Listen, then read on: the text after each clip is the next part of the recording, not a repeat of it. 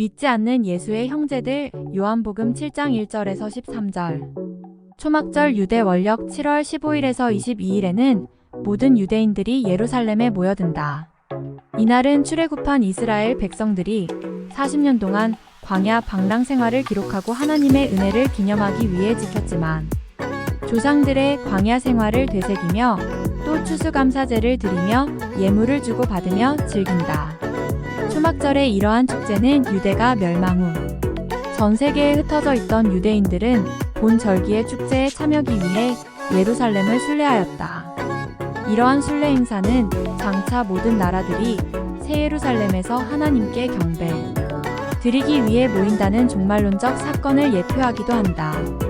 초막절은 7일간 계속되었다. 유대인들이 예수님을 죽이려고 하여 예수님께서는 주로 갈릴리 지역에서 복음을 전하시다. 예수님의 형제들은 초막절을 맞이하여 유대 땅으로 갈 것을 요구한다. 예수님을 잘 이해해주고 격려해줘야 할 입장에 있는 동생들이 가장 마음 아픈 곳을 콕콕 찔렀다. 그들에게는 아직 예수 그리스도가 누구시며 왜 이렇게 일하시는가를 분별할 영적 분별력이 없었다. 한 지붕 한 솥밥을 먹고 사는 형제 간이라도 영적 세계에 무지하면 이와 같다. 영적으로 무지하면 믿음의 사람을 괴롭히고 죽이기까지 한다. 그들이 이러한 요구를 한 것은 예수님을 믿지 않는 마음에서이다. 예수님께서는 그들이 언젠가는 깨닫게 되기를 바라며 아직 자신의 때가 이르지 아니하였음을 말씀하신다. 예수님께서 자신의 때가 이르지 아니하였다고 말씀하신 것은 자신이 유대인들에게 잡혀 십자가에 달리심으로써 하나님의 영광을 나타날 때가 이르지 않았음을 의미한다. 자칫하면 하나님의 뜻이 아닌 인간의 수단과 방법을 쓸 위험이 있다. 그리스도인은 하나님의 때를 기다려야 한다. 예수님께서는 하나님의 때에 민감하기 때문에 형제들이 올라간 후에 자신도 비밀리에 올라가졌다. 유대인들은 명절 중에 예수님께서 예루살렘으로 올라오셨으리라 생각하고 예수님을 찾는다. 유대인들은 예수님을 잡아 죽이기 위해 예수님을 찾았던 것이다. 한편 예루살렘에 모여진 무리 중에는 예수님에 대해 수근거림이 많았다. 예수님께서 행하신 이적과 말씀이 유대 전 지역에 소문이 나 있으므로 예수님은 사람들의 관심의 대상이었던 것이다.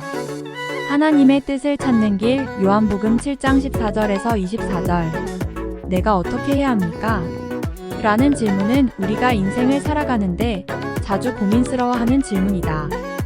이런 질문을 할 수밖에 없는 이유는 살아가면서 이런저런 결정을 자주 내려야 하기 때문이다.